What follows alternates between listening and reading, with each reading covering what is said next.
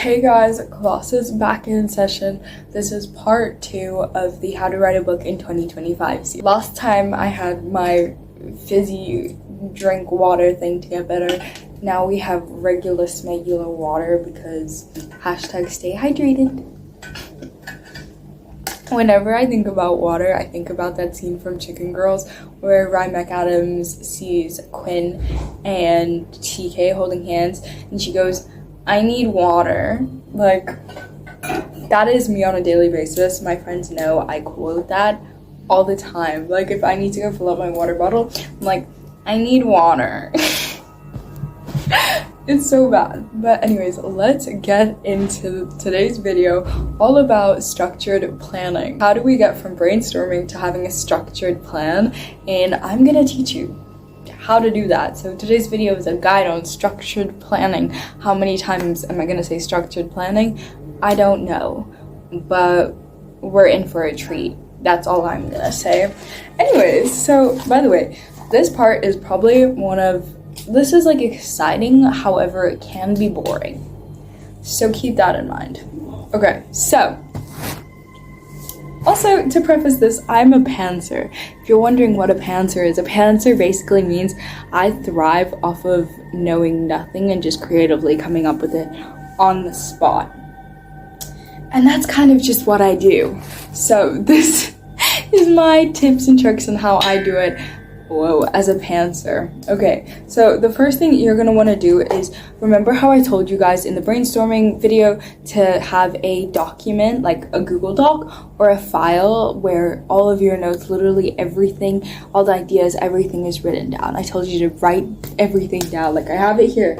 I told you to write everything down, whether it's on a Google Doc or on a file. I personally use Google Docs for this. So once you have that, right, what you're gonna do is you're gonna go over your information. You're gonna know what that information is on your sheet. Like, obviously you're gonna know because it's like about your book, but you're gonna just read through it so that you know the contents of whatever you have written down, right? Okay, so now what you're gonna do is, once that's all done, you are going to have to organize it. And you're probably like, no, like I hate organizing. Like, me too, but like you'll see what I mean by organizing. What you're gonna do is, obviously your information is scattered. What you're gonna do is you're gonna combine it into like scenes or groups. So say you have, for instance, with Fourth Wing, say you have the gauntlet theme. The gauntlet scene, right? You have the gauntlet scene, and you're like obstacle course, and then you're talking about a different scene, but then you go back to like writing about something that could be considered for the gauntlet. Do you know what I mean? So it's like grouping those things together. So if it's like, for instance, a specific obstacle in the gauntlet is on page 2 of your document, that you have with all your brainstorming and stuff, and then on page 4 you have the name. So you have that it's called the gauntlet and what it's about, why it's there, right? You are going to group all of that information so that it's the same. So what you're going to do is you're going to go through your document, or you're going to go through your file, and you're going to group the information. If you have a file, I suggest you take out the pages and you write all the information anew, or you can just group it with highlighters, whatever. Just make sure it's grouped. And then once it is grouped, so you have, okay, this is going to go for this scene, this is a separate scene, this is in one scene, right? You should probably have something like that going. So if you have that kind of thing, also you're probably gonna have extras like character details, all of that. You can just push that to the side. That's separate. We're talking about all your ideas for the plot, right? You are gonna organize it in the order you think. And if there's anything that you don't know, like, if there's anything you don't know where it's supposed to go, then just leave it at the end with all your planning. Because if you have, like what I said in the last video, how did I word it? I said you need to grasp the main idea of your book, as in you need to have the plot for your book. You don't have to know the ending. But it would probably be best. When I started my debut novel that's coming out now, I didn't know what the ending was going to be. I had a rough idea, but I didn't know how we would get there. So that's kind of what you need. You need a rough idea. So my rough idea for my book, I actually can't say because that would be spoilers. yeah, so I had a rough idea, and then while I was writing, I gained more inspiration from other places, and I filled in the blank. Actually, for those of you who want to know, my inspiration for finishing and being able to connect the where we were at to the ending was actually inspired by 6 Feet Under by Kenzie Kate. That song was on repeat, and I was like, I love this song. And then I was like, wait, that is actually perfect. I can use this in this way. And then I did. So if you wanted to know, now you know. If you didn't want to know, still now you know.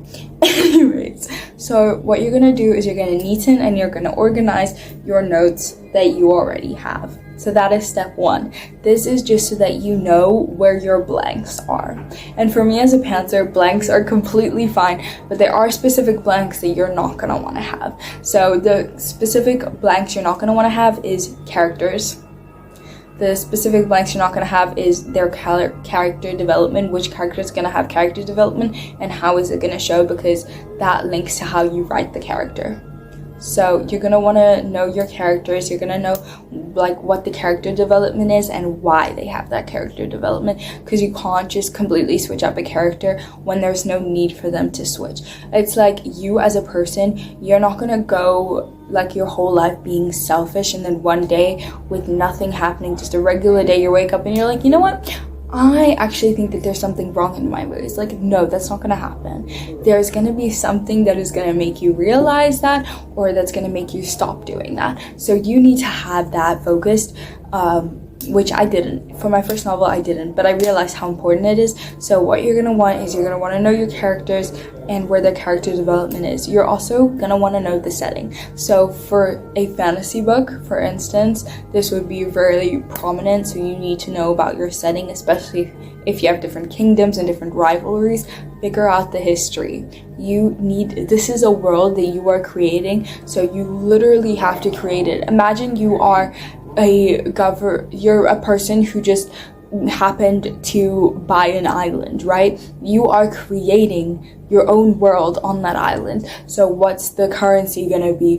What are your rules? What are your laws? Like, you are creating a world. If you're creating a fantasy book, or maybe it's dystopian like Shatter Me, you are creating your own world. There needs to be laws and everything. Obviously, my YA romance book didn't need that because it's a YA romance book. It is set basically like normal for everyone. So I just used normal laws, normal rules. Like, it didn't really apply because it was real life that everyone already knows about, so I don't really have to have a list of all the laws if it's the reader already knows the laws. Like, imagine how boring that is if you're just reading about your country's laws and you're like, but I already knew that. Like, I didn't need to know, right? For a fantasy book, they kind of need to know. Like The Cruel Prince, I haven't read it, but I've heard a lot of people talking about how politics heavy it is. I'm not saying you have to be politics heavy within your writing. I'm just saying you have to know the politics. You have to know the politics so that they can know the politics, because otherwise you're creating a world where you're going up along and there's going to be so many contradictions within your writing, and then there's going to be plot holes and you're going to have to fix that. So to avoid that, if you are creating a new thing, make sure that you know the laws, right? You just bought an island, you need to design the island. Think of it like that, something along those lines, right? So for my book, I have written out the history between the kingdoms, like, you know, like Fourth Wing.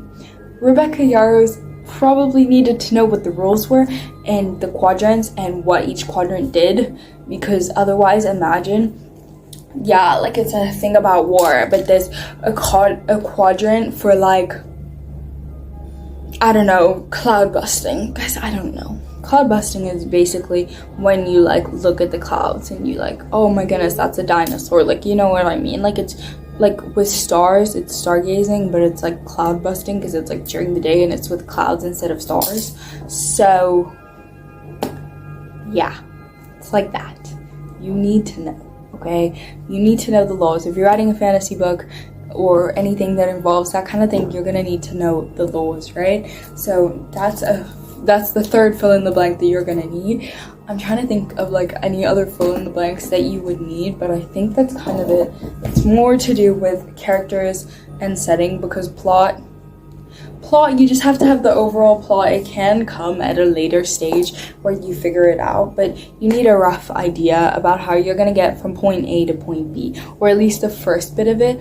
As a pantser, I don't usually know how to get from point A to point B. I just know that we're getting there. Does that make sense? Like, I only knew when we got there, which probably isn't the best. So I think have your 4 pillars.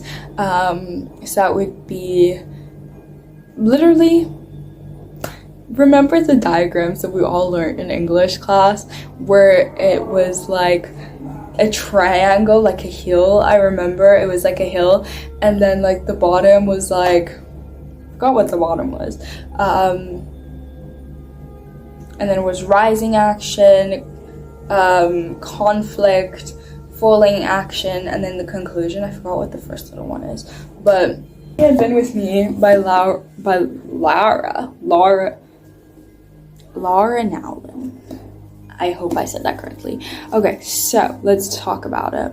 So the first part would be obviously Autumn and Finny's lives, I guess, and then the rising action would be Autumn having her own friend group, wearing tiaras, like sort of at that stage when she was dating Jamie. The conflict would be Jamie cheating on her with her best friend Sasha, and then the falling action would be her and Finny reconnecting, and like her getting over it, like her and Finny reconnecting and having their friendship back. And then the and then like falling in love again, and then like the conclusion is when like they're in love again, but then Finny passes away. So I feel like that's how you would do it for this book. So that's kind of what you need, right? You just need those little pillars so you know what's happening, but you don't have to know everything. Like, reminder, me as a pantser, I have to continuously remind myself, you don't have to know everything. Because guys, the amount of nights that I had sleepless because I was literally in the middle of writing draft 1 and I was like, how am I gonna get this thing edited? Like, I was stressing about the wrong things at the wrong time when all I had to do was write the damn book. I was like, oh, this is so hard. I don't know if I'm ever gonna be able to finish like writing this book. Like, I don't even like these characters anymore. Thankfully I had lots of motivation from like friends and people who were messaging me about it, and I was like, you know what, I should honestly, like, I was trying to motivate myself in any way possible. I was making TikToks about it, and then with people giving me feedback and being like, oh my goodness, I'm so excited to read your book, I was like, wait, okay, I need to complete this. And then I ended up falling in love with the characters and making the characters the way that I wanted them. Oh, the poor book. Making the characters the way that I wanted them to be, because I didn't like the characters, so I changed them. And so like that's why this book is also so sentimental, is because it like freezes a part of you in time, because that book is just me. Obviously I'm the writer, I'm the author, so it is me. And it's like, that's why it's strange, because like when it's being published, other people are gonna read it and it's like they're gonna know me without knowing me, and it's a little scary, I will say, but it is honestly the coolest thing. So you don't have to have everything figured out. That's just something I feel like I should tell you guys. Like, you don't have to have everything figured out. No one has everything figured out, unless you're gonna spend a year planning and then only like after that year start writing. You're not gonna have everything figured out, and that is okay. You're not gonna have everything figured out, and it is simply okay, because you don't have your life figured out. You can have your whole life figured out, but then everything can change. And it's the same with writing a book. It is the same with writing a book. Okay, I actually just did this in the exact order that I was supposed to without even knowing it. Yeah, so basically that concludes it. If you have any questions, if you are confused, DMs are always open. That's my Instagram account, so you guys can go DM me on there if you need help, or if you're confused, or if you're struggling, and then I can help you with that.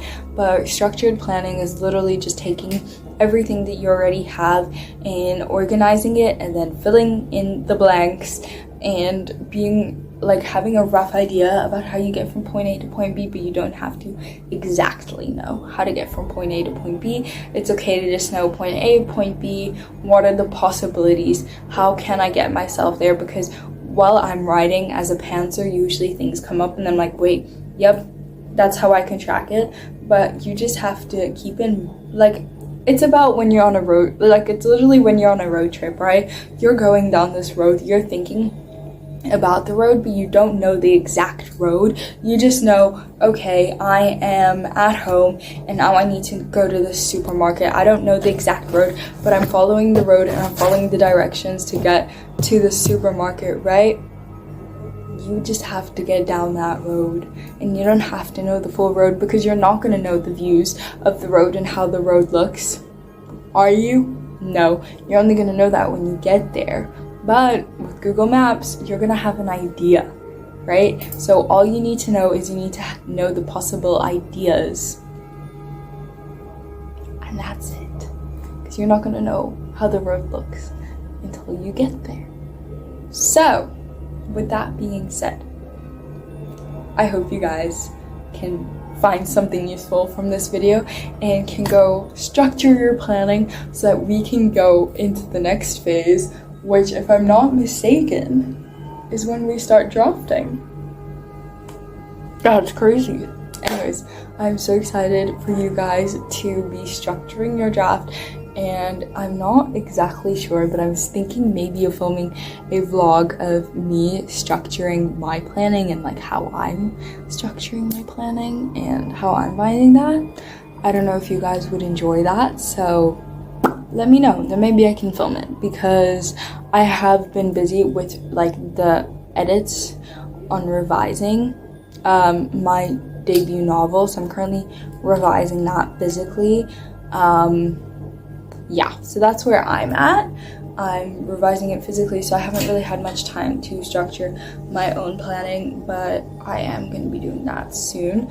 I just need to finish these freaking revisions. These revisions are taking forever, but this is like this is just like spelling, grammar. Am I actually okay with the book? Is there specific things that I like or that I don't like? So like just making my final changes before it gets sent to a copy editor and a proofreader, and then it's gonna be out, which is insane. But yeah, so that's kind of all I really have to say. I hope you guys enjoyed today's video. I hope you have so much fun structuring your planning and getting ready to draft your book, like starting with draft 1. It is so exciting, and I'm so excited for us to do it together, and I hope that you are following along. And yeah, that's kind of it. Love you, besties. Bye.